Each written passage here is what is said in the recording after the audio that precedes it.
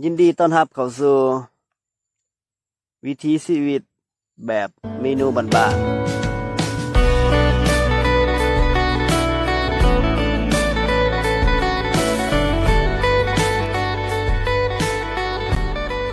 สบายดีพ่อแม่พี่น้อง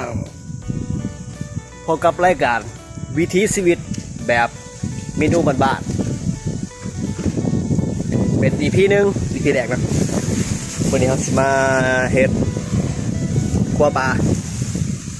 ปล่อยปลาเนาะปล่อยปลามา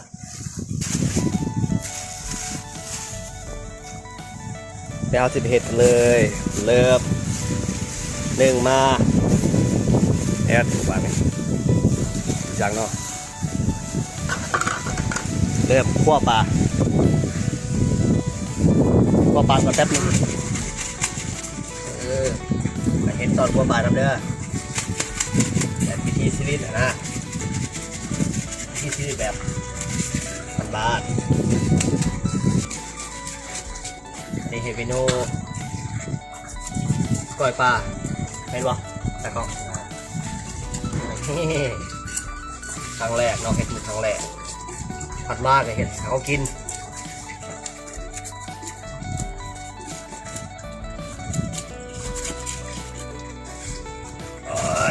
มันจะเป็นตาแซ่บด้วยกัน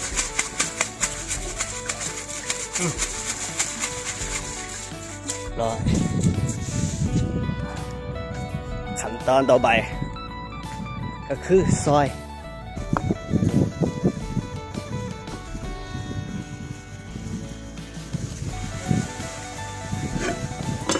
จ้ะ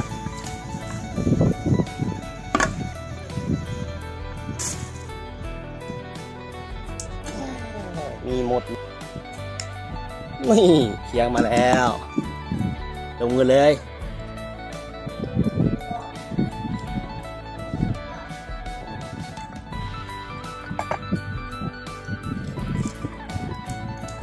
ก่อนป่าทั้งคัน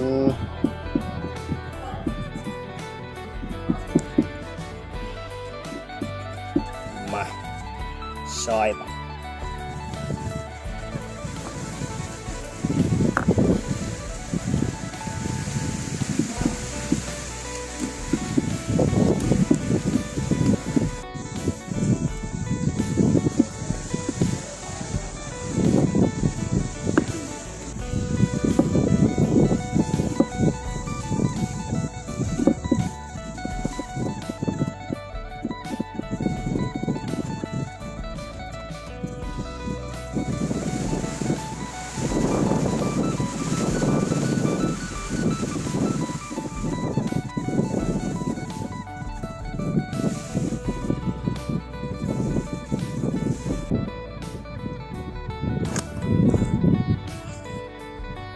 ซอยแล้วพี่น้องซอยแล้ว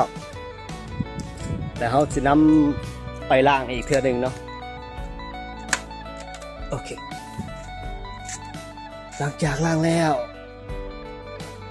จะเป็นประมาณนี้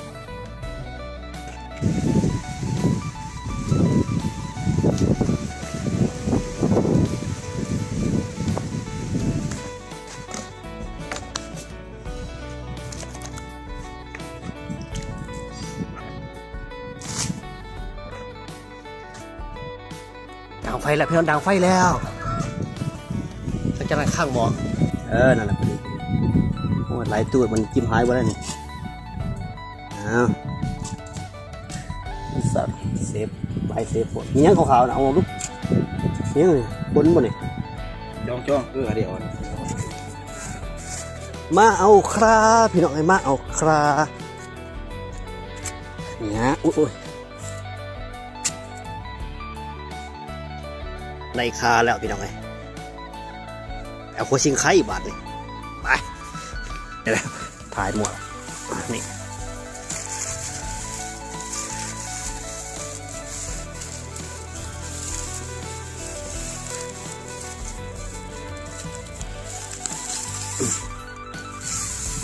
สองหัวพอ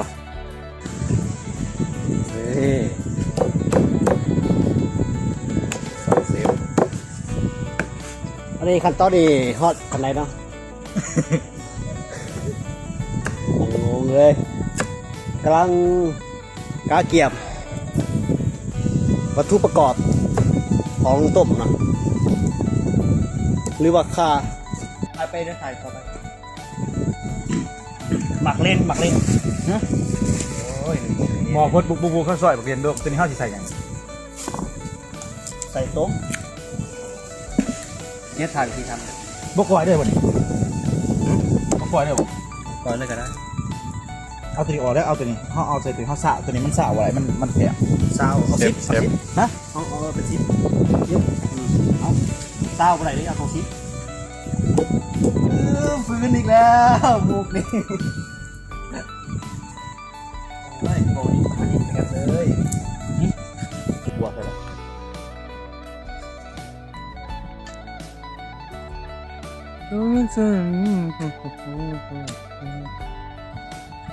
ตัดเลยเอาน้ำปลาเป็นนัวใส่เนาะหมักตัด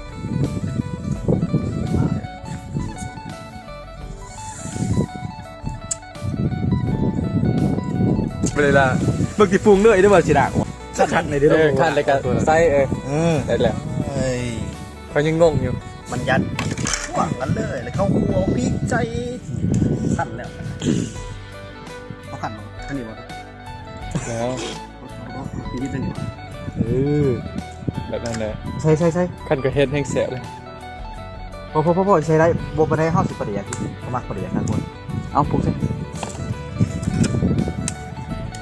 แล้วสิตาสาววัดเดียว มึงอย่าเอามือเหรอมันจัดจงข้างบอพี่หน่อยข้างบอ บอกก็บ่กดเป็นเดือนเอาใส่เลยซะเนาะ แกห่อนนะ แม่นว่าท่านกินข้าวแต่เช้ามาทุกวัน กินแล้วกูเห็นเห็ดแต่สากกูคือน้ำยามด่ากินน้ำมันที่น้ำไหมครับโอ้มันกดราคาก่อนจะเกิดน้ำเนาะ หัวเลยเนาะ แม่นเนี่ยเปียกกล้วยใส่ไรไอประเดี๋ยวตองก็ประเดี๋ยวแค่อยู่หรอกก็ตองเนี่ยเอาหอมกล้วยใส่ ตั้งใจ โอ้ยเกลือใส่เลยเนาะ โอ้ยยุบใส่แล้วป่ะฮะ น้อยหนึ่ง โอ้ยได้ฮะกระแดกมันชุกก็จะใส่ก็ได้เป็นวะเห็นกูแล้วป่ะ มีแต่เซฟ โรเบิร์ตเอากันแสบนะเสพมันแสบ เอาป้าไปเช็ดตัวด้วยตัวขาวๆด้วยจะหอมเลยนี่นะก็หอมเลยตัวขาว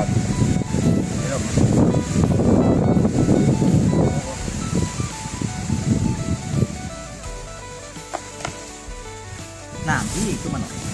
ตั้งใจตอนใหญ่ง่ายไหมครับก่อนกัน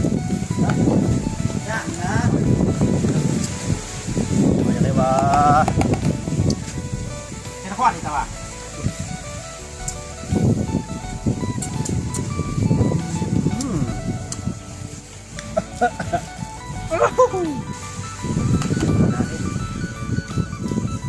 ได้ หอมนะ อยากไหม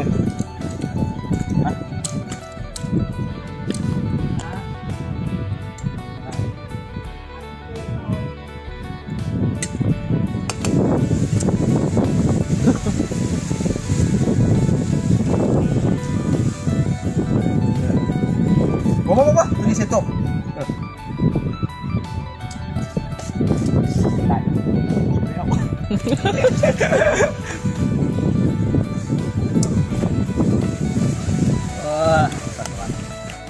ไม่รู้ โอ้ยสีสันแซ่บเด้อ มีสามเรื่องแล้ว ที่ได้ก็หอมเลย ไปเบิ่งต้ม เดียว โบนัสกี่ปลายเฮ็ดเจียวกี่ปลายนี่เอาได้ปะได้ปะหอมที่ป้านี่ซิวูอยู่อ่ะ ผู้ชม ผู้ชมมาใส่อีกมาที่เพิ่งเสร็จ อย่าบังกล้องนะอย่าปากผู้ชมบอเพชร แต่แซ่บ บอกกินดีกว่า เขาทิม โอ้โห ว่ายังไงพอแล้วมันเผ็ดมาแล้วใส่แล้วเท่านึงอ่ะ แทนที่เขาสิขันจนน้ำส้มมันออกเลยครับ บอก น้ำส้ม บอกใส่มันตามเอาใส่ไปเลยลุกเลยนะฮะย่างนาโอ้ยสุกจะแดกข้าวเสื้อไทยได้ครับ โอ้กลินหอมคักเว้ย